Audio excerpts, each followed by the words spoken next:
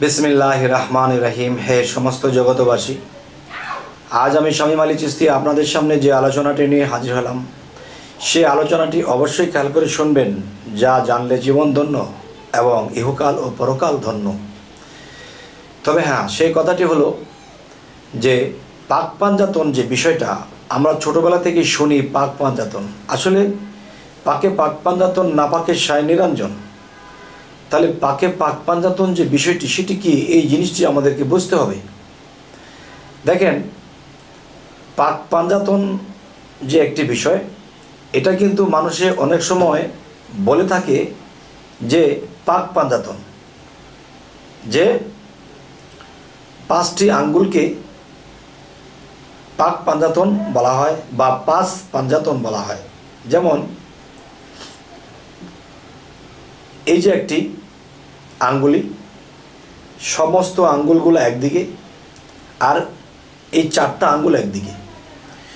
যদি কোনো কিছু ধরতে হয় তাহলে কিন্তু চারটা একদিকে আর সে একাই একদিকে। আচ্ছা, তাহলে বোঝা গেল কি এই চারজনের ক্ষমতা তার কাছে আছে। তো পাক পাঞ্জাতন বুঝতে হলে এই সমস্ত সৃষ্টিতত্ত্ব নিয়ে টান দেওয়া হবে। কিন্তু এই সৃষ্টিতত্ত্ব এমনই বিষয় যে এই সৃষ্টিতত্ত্ব বুঝতে গেলে মাথা এলোমেলো হয়ে যায়।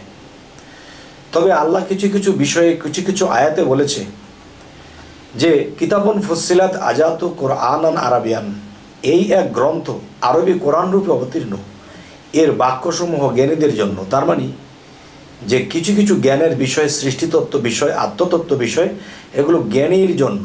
অজ্ঞানী এগুলো বুঝবে না। আর অজ্ঞানী যদি জ্ঞানী হতে চায় তাহলে সেই জ্ঞানীর কাছেই গিয়ে এগুলো বুঝে নিতে হবে। দেখেন, কোরআন আমাকে আপনাকে জ্ঞান দিতে পারবে না। এই কোরআনকে বুঝতে হলে, এই কোরআনকে যে জানে, কোরআনকে যে বোঝে, সেই বুঝনেওয়ালা, সেই জ্ঞানীর কাছে আমাকে যেতে হবে, তখন তিনি আমাকে কোরআনটাকে বুঝিয়ে দেবে।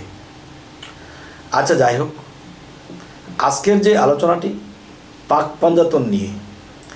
এখন পাক পাঞ্জাতন বিষয়টা কি? যে হযরত মুহাম্মদ সাল্লাল্লাহু আলাইহি সাল্লাম, মা ফাতিমা, হযরত আলী, হাসাইন, হুসাইন, দেখেন সবার বড়, সব একদিকে, সে একদিকে। তাহলে এখানে পাক পাঞ্জাতন বলা হয়েছে। তাহলে এখানে আরও একটি বিষয় আমি বলবো। আপনি যে ইউটিউব দেখতেছেন, শুনতেছেন, ফেসবুক দেখতেছেন, আপনি কিন্তু একজন নয়, আপনিও কিন্তু পাঁচজন। সেটি কেমন?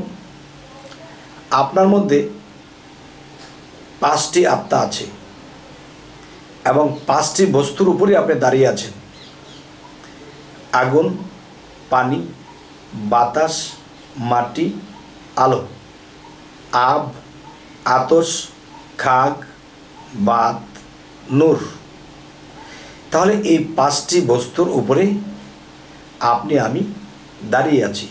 তাহলে এই পাঁচটির বিষয়টা কি?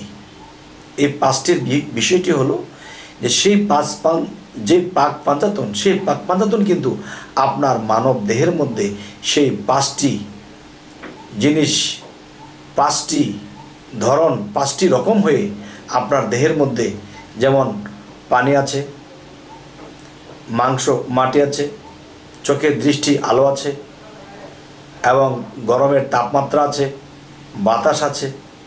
ঠিক আগুন, পানি, বাতাস, মাটি, এই দিয়ে আপনার দেহটা তৈরি। তাহলে আপনি কিন্তু এই পাক পাঞ্জাতন ছাড়া নেই। আচ্ছা, এবার আসি আব, আতশ, খাগ, বাত, নূর, পাঁচের ব্যাখ্যা বহুদূর। এই পাঁচের ব্যাখ্যা যে কত দূর তা আমার শেষ করা সম্ভব নয়। তবে যতটুকু বলবই অত দূর। যেমন পাক পাঞ্জাতনের মধ্যে তারা পাঁচজন: হযরত মুহাম্মদ সাল্লাল্লাহু আলাইহি সাল্লাম, মা ফাতেমা, হযরত আলী, হাসান, হুসাইন।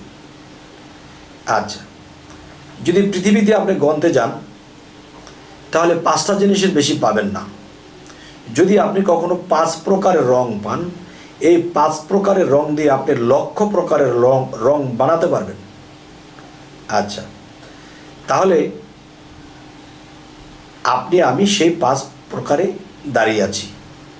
সেই 5 জনের গুণ, কেউ পানির গুণ, কেউ নূরের গুণ, কেউ মাটির গুণ, কেউ আগুনের গুণ, এরকমভাবে এই 5 জন, এই 5 জনের বিষয়টি বোঝানো হয়েছে। সমস্ত পৃথিবী, সমস্ত বিশ্বজগৎ যা কিছু আছে 5টা পদার্থেই সৃষ্টি। যদি বলা হয় লোহা আছে, লোহা মাটি থেকেই সৃষ্টি। যদি বলা হয় আয়না আছে, মাটি থেকেই সৃষ্টি। যেমন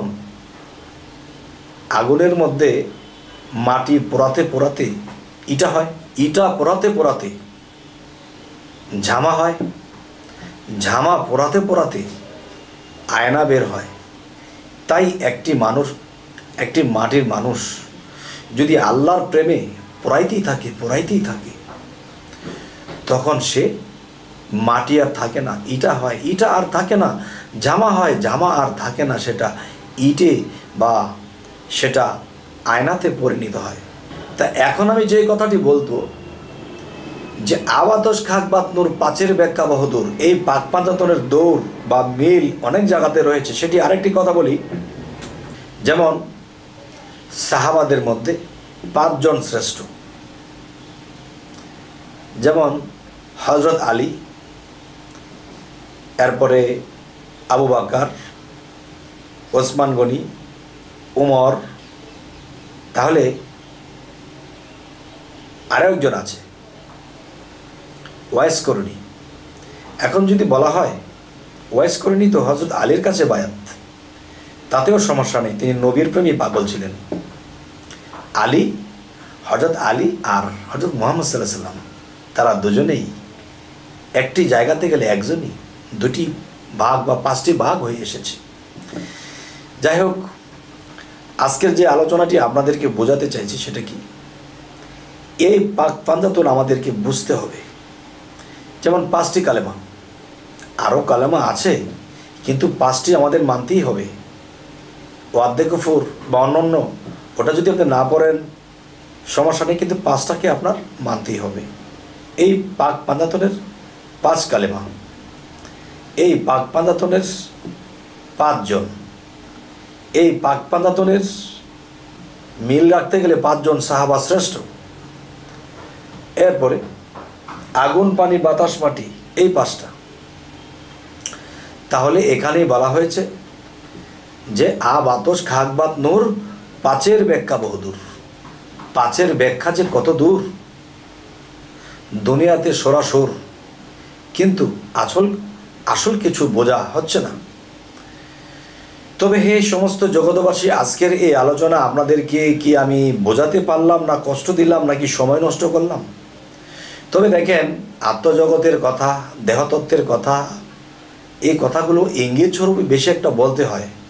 কিন্তু দেখেন, একজন মুর্শিদ যখন একজন ভক্তকে বায়াত করবে, তখন কিন্তু তাকে এই জিনিসগুলো দেহ কোরআনের মধ্যে দেখিয়ে দেখিয়ে বায়াত করবে। আপনার কি পরিচয়? জন্মান্তরে আমি নিজেকে হারিয়ে ফেলেছি, আমি আমাকে চিনি না, জানি না। এই আপনার পরিচয়টা পর্যন্ত আপনার মধ্যে, আপনার দেহ কোরআনের মধ্যে লেখা আছে। দেখব আরবি অক্ষরে লেখা, এটি দেখার পরে দোজখ হারাম। আচ্ছা, আপনাকে যে আল্লাহ সৃষ্টি করছে, আল্লাহর পরিচয়পত্র আপনার মধ্যে আছে, তা 2 নয়নে দেখার বিষয়। দেখে দেখে যারা বায়াত গ্রহণ করবে, তারাই হবে আল্লাহর প্রেমিক এবং সত্য এবং সঠিক জ্ঞানের অধিকারী। কারণ দেখেন, যারা নিজকে চিনল না, আল্লাহ সম্পর্কে নিজের দেহর মধ্যে জানলো না, তখন দেখা যায় প্যাক কাদার উপরে যদি এরকম ইটের ঠেকি দিয়ে বিল্ডিং করা হয়, তা কখন ভেঙে পড়ে বলা যায় না। আর যদি নিচ থেকে টাইট করে ঢালাই করে তোলা হয়, তখন কিন্তু এটা পড়বে না। ঠিক মানুষ যতই আল্লাহর ইবাদত করুক, আর যতই সাধনা করুক, আর যতই গুরু মুর্শিদ ধরুক, কিন্তু সর্বপ্রথমেই চিনতে হবে মান আরাফা নাফসাহু ফাকাদারা রাব্বাহু। সর্বপ্রথম তুমি তোমার নিজেকে চিনো, এরপরে তোমার রবকে চিনবে। রবকে চিনতে হলে আগে নিজকে চিনতে হবে। এখন আমি জন্মান্তরে হারিয়ে গেছি, কি আমি আমার পরিচয় আমি জানি না, তখন এই পরিচয়টা নিজের মুর্শিদ সেই বায়াতের দিন আপনার পরিচয়পত্র দেবে। এবং সেই পরিচয়পত্র বলতে গিয়ে যদি বলে বাবা তোমার এই পরিচয় মানব না, যখন বলবে যে হ্যাঁ দেখো তোমার দেহ কোরআনের মধ্যে তুমি নিজের চোখে দেখো, তোমার পরিচয় লেখা আছে, আল্লাহর পরিচয় লেখা আছে, শয়তানের পরিচয় লেখা আছে। এবং যে কালেমার দাওয়াত হযরত মুহাম্মদ সাল্লাল্লাহু আলাইহি সাল্লাম দিত, সেই কালেমাটাও তোমার মধ্যে কিভাবে আল্লাহ ফিটিং করেছে তার নিজ নয়নে দেখবে এবং পাঠ করবে, ঈমান আনবে। আর জানবে যে এরকম বায়াত যদি তুমি হতে পারো এবং দেখে শুনে হতে পারো, তখন কিন্তু তোমাকে শয়তান আটকাতে পারবে না। আর যদি অনুমানে হনুমান মারো, তো পরের দিন সকালে দেখবে মানুষ মরে আছে, হনুমান তো মরেনি, তখন কিন্তু জেলের হানি টানতে টানতে জীবন শেষ হয়ে যাবে। তাই অনুমানে আমাদের কিছু দরকার নেই।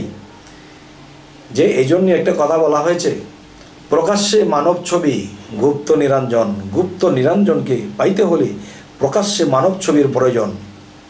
কারণ মানুষের ভিতরে মানুষ, তার ভিতরে সাই, তারে পাইবার জন্যেই কিন্তু আমরা মুর্শিদ ধরতে যাই। আর যদি দেখি এইসব জিনিস কোনো কিছুই নাই, তবে কি করব আর কপালে হাতাই। যাই হোক, এখন যে কথাটি বলবো আপনাদেরকে, যেখানেই যে বায়াত গ্রহণ করেন, এই পাক পাঞ্জাতন সম্পর্কে আপনার দেহ কোরআনে জানতে হবে এবং বিসমিল্লাহ এবং কালিমাটা আল্লাহ আপনার দেহ কোরআনের মধ্যে কোথায় রেখেছে তা দেখবেন এবং পাঠ করবেন, দোজখ হারাম হয়ে যাবে।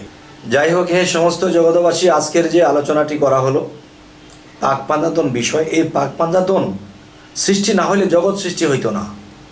কিন্তু কত কিছু নিয়ে আলাপ করি, কত কিছু নিয়ে প্রশংসা করি, কিন্তু পাক পাঞ্জাতন নিয়ে কথা বলি না। যাই হোক, আপনারা যদি বলেন যে হ্যাঁ ভালো লেগেছে, এই আলোচনাটি আরেকটু ভাঙা হোক, পরবর্তীতে পেয়ে যাবেন। আর যদি বলেন যে না ভালো লাগেনি, তাহলে অন্য সাবজেক্টে যাব। তবে হে সমস্ত জগতবাসী, আমাদের এই আলোচনা যদি ভালো লাগে তো অবশ্যই লাইক শেয়ার করবেন এবং সাবস্ক্রাইব করে রাখুন। আর যদি ফেসবুকে হয় তবে ফলো রাখবেন। সকলেই ভালো থাকবেন। আল্লাহ হাফিজ।